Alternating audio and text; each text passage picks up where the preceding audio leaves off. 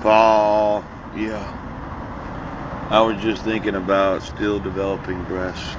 Still is a brain filter. I don't know who the person still is. Sounds like skill as in skill saw, but it's a brain filter. Yeah.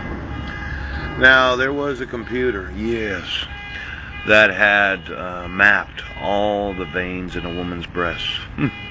Now Jessica Lee Hodges, right? She's still a teenager, as far as I remember. Let's see, somebody's trying to help me with that, but it was one of these things where adults were using the developing breasts of those that were going through puberty. Yes.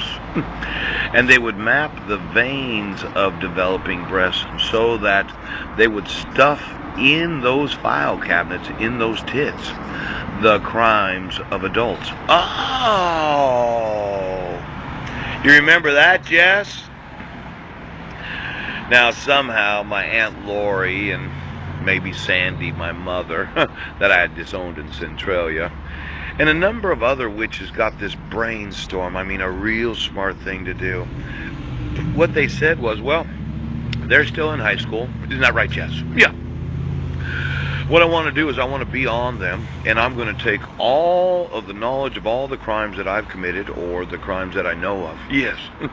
I'm going to stuff that in their still developing tits because they're not adults yet. Paul couldn't touch the breasts because they're adult.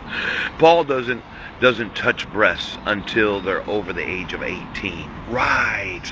Because he's a man and he's an adult, and then they would be adults, and then it's consensual. It's informed consent. Yes. But all these women took all these developing tits of all these teenagers that were going through puberty. How are you?